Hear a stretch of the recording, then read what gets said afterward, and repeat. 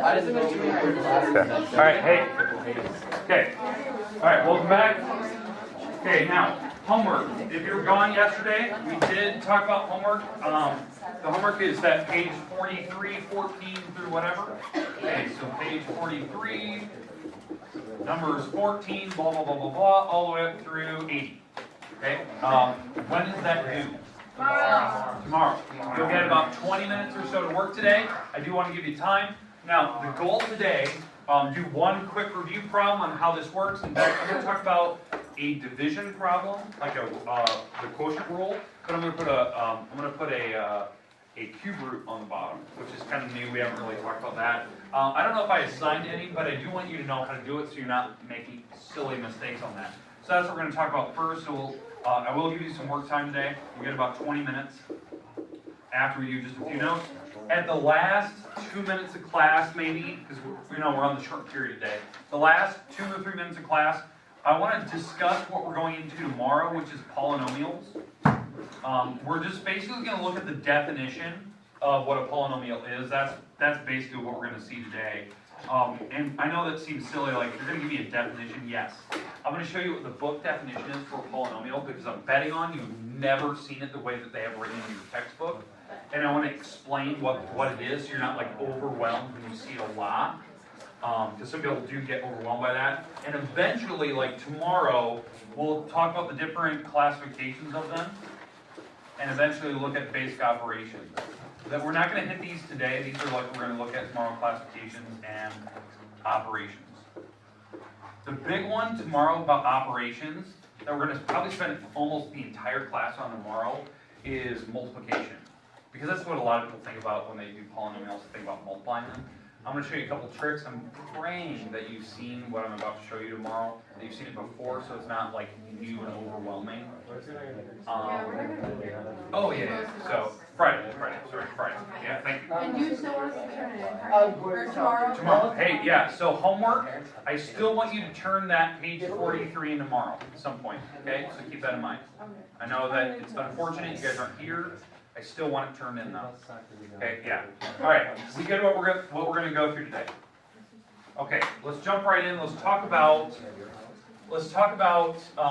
the one example I want to go through where we have a quotient rule, but on the quotient rule itself, there is a cube root on the actual radical, or things are on the top and bottom, like 15x, and let's go with a 49y. Okay, now this is a cube root, this is not a square root, so keep that in mind. So on this problem, can we do any simplifying before we start? No. Okay, we're looking, 15 and 49 have nothing in common. The factors of 15 are 5 and 3. The factors of 49 are 7 and 7, so they don't have any numbers in common. So what we're allowed to do, using the quotient rule, we're allowed to separate these into their own radicals. So we have the cube root on the top, and we have the cube root on the bottom. Now, this normally wouldn't be a problem. Like, right, the top is not even factorable. 15 has a 5 and 3 in it. Those are both primes, so that's simplest radical form. The issue with this problem, why I bring this one up, is the denominator. We cannot have a radical in the bottom. We have to rationalize it. It's almost impossible for us to type that type of problem in on a very simple calculator, unless it's a menu-driven, then you can. But it's not correct mathematical form to leave the radical on the bottom, so we have to rationalize it. The problem is everyone's always stuck in the same frame of mind where how to simplify it. And they usually get it wrong, because you've been trained for so long that you always have to multiply by what's on the bottom, correct? That's not the case here. That's not what you do. The reason why is that if you multiply by whatever's on the bottom, that won't simplify the radical. That's how you do square roots, not cube roots. You have to actually figure out what would make a triple on the bottom. So what I always tell people, and this is like the shortcut, break up the bottom first. Like do that whole separation where we do the prime factorization. Break up the 49 and the x, or the y, into all the prime items that compose the 49y. So, breaking up this bottom, this is the cube root of 7 times y. The top, I don't really care. If you want to break up the top, it's fine. I don't really care about it. I'm going to leave it alone because I don't care about the top. I can't simplify it anyway. But the bottom, I need to get rid of the radicals. So this is technically what's on the bottom, correct? So I'm looking for triples. I don't have a triple of anything down here. So you have to try to make it that way. So what do I need to like basically add to the bottom to make it a triple? 7. Another 7. And 2 y's. And 2 y's. So I need to multiply by a cube root of a 7 and 2 more y's. That's what I have to multiply by. That will make it triples, perfect triples on the bottom. But again, whatever you do to the bottom, you have to do to the top as well. Because we are multiplying by the number 1 technically. This is the number 1 when you divide them. So it's not actually changing my fraction. It's going to change the look, but not the actual result of it. So that's what we're doing. All right, does that make sense why I chose the bottom as a 7 and a y and a y? Then I'm making triples on the bottom. Because when I multiply straight across, across this denominator, you actually combine everything. That's what a lot of people know. You're just combining down into one single radical. So on the top, when I actually multiply straight across the top, I'm taking 15 times 7. That is 105. Okay, when I actually multiply the 7 times 15, and then the x and the y and the y. So x and y squared. Yeah. Okay, on the bottom, I'm multiplying straight across. Well, I'm going to leave this one, I'm going to leave it broken apart so you can see this. So it's a 7, a 7, a 7, a y, a y, a y. Because you can combine them all into one radical, because you're multiplying anyways, you can always do that. And now, do we have triples? Yes. Yes, so we have triples of the 7s And the y's. and the y's. Yeah. So what was the rule when we do the triple idea? Circle across 2 out, kick 1 out. Circle 2 across out, 2 1 out, kick or 1 out. cross 2 out, kick 1 out. Cross 2 out, kick 1 out. So really, on the bottom, we're gonna have a 7 and a y on the denominator without a radical, because we made them perfect cube numbers.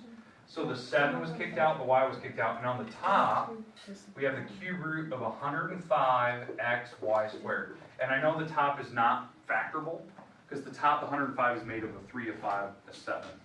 So that's the idea, and then the variables won't simplify. This is your simplest form. This is the answer. That, for some reason, that's really difficult for people. I think it makes it a lot easier when you see it this way. And you see, like, I broke up the bottom, and I want to make triples, so I know kind of what to add to the bottom. I think that makes a lot of sense for people. You don't have to think too hard about it. I want to make 3 7s down there. I want to make 3 y's, so that the actual radical will go away. Okay, does that help you out a little bit? I didn't assign any of those in your homework, but I didn't want to leave you hanging either, because that type of question is a perfect question for an ACT. It's a perfect test question for a MAPS test, because it's simple enough. It doesn't take a lot of time, but you do need to know the basic rule, like what you're trying to accomplish. You need the simplest radical form. Okay, we good with that though? Okay, now, for the homework, so I'm going to give you the next 20 minutes to work. Was there any immediate questions, like you looked at the homework and like, I have no idea what to do here? I thought I'd try to warn you of certain cases that can happen, but if you have any questions, don't be afraid to ask. I'm actually going to start the answer key as you guys are sitting here, so you can come up and check. I haven't started yet. I'll start that maybe in a couple minutes here. But you have 20 minutes to work. Remember, the last 2 to 3 minutes of class, we're going to introduce the definition of a polynomial, and that's where we'll end today.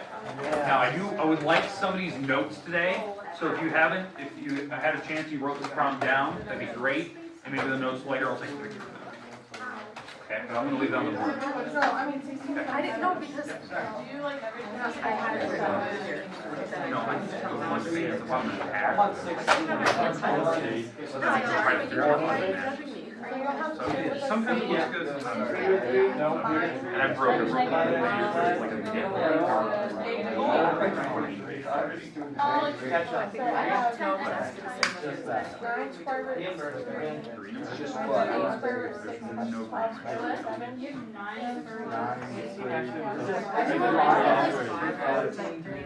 Yeah.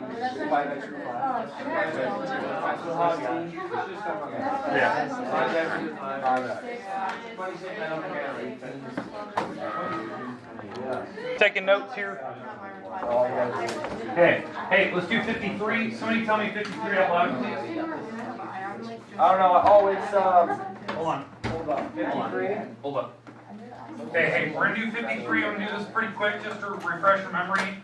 Because I just looked at it and was like, okay, yeah, I don't think I even covered that yet. So 53, rattle it up. 6 over root 5 plus root 3. Okay. All right. So this is number 53. I totally forgot to cover this the other day. I was gonna do it when we did the fraction rule.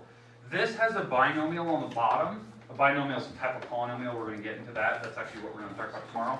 But to get rid of a binomial where there's multiple radicals on the bottom, you can't just multiply by a radical 5 and then multiply by a radical 3 because you have to distribute. It won't go away. So the trick was, and I know some of you have said it out loud, you had to multiply by the conjugate of the bottom. The conjugate. The conjugate will allow you to FOIL the bottom apart, first, outer, and last, and the radicals will go away.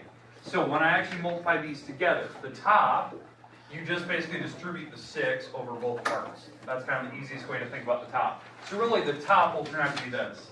6 radical 5 minus 6 radical 3. So that's not a big deal. The top is easy. Just distribute because it's one single number times a parenthesis. But on the bottom, you're taking a parenthesis times a parenthesis. So it's first, outer, inner, last, FOIL technique. Here's how I think about FOIL so you're not confused. Take the first item, when you're doing 2 parentheses, take the first item and distribute it through. After you're done with that, after you've distributed the first item through the back parentheses, then take the last item here, the second item, times everything in the back. That's what FOILing is. It's distributing twice. The first item and the second item. So watch how this works. So root 5 times root 5. Well, that's root 25. Okay, I'll color code, sorry. I'll color code that. So that'll be root 25, right? That's 5 times the radical 5. Radical 5 times a negative radical 3. Negative radical 15. Does that make sense? That's taking this item times everything in the back one at a time. Now, the second item is the radical 3, positive radical 3 times everything. So I'll color code that'll be in green. Radical 3 times radical 5 is a positive radical 15. And radical 3 times a negative radical 3 is negative radical 9. Make sense that you can multiply those together? Now, the reason why we do this, why I multiplied by the conjugate, why I chose the conjugate, by the way, is the opposite of the bottom. It's not a true opposite, it's just you flip the middle sign to the negative. And why you do that is if you can see it here, the root 15s are going to go away, because one's positive, one's negative. And then these items actually turn out to be nice whole numbers. The square root of 25 is 5. The square root of 9 is 3. And this will actually simplify to make 2 on the bottom.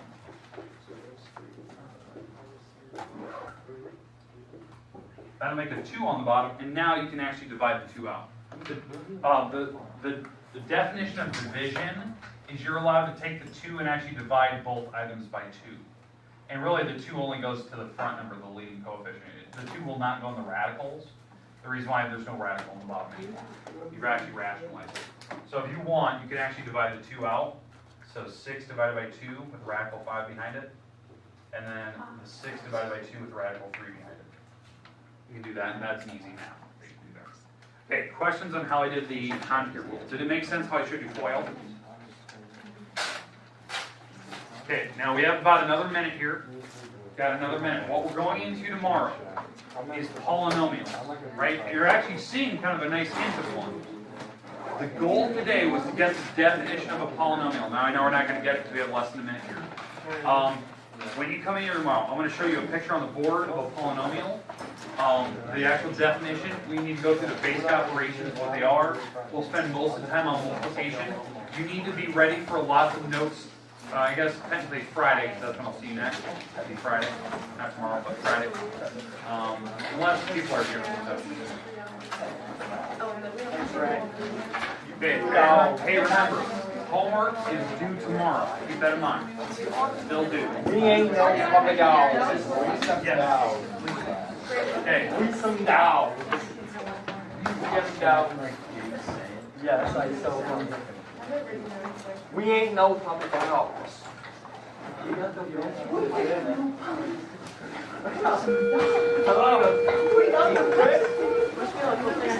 I freaking love that. That's the funniest video. And then he's like talking, he's like, the wide receivers, they're gonna get up.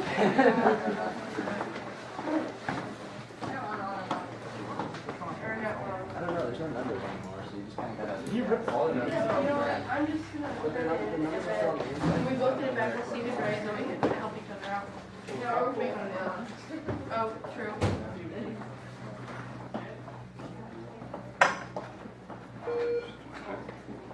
Maybe anytime, send your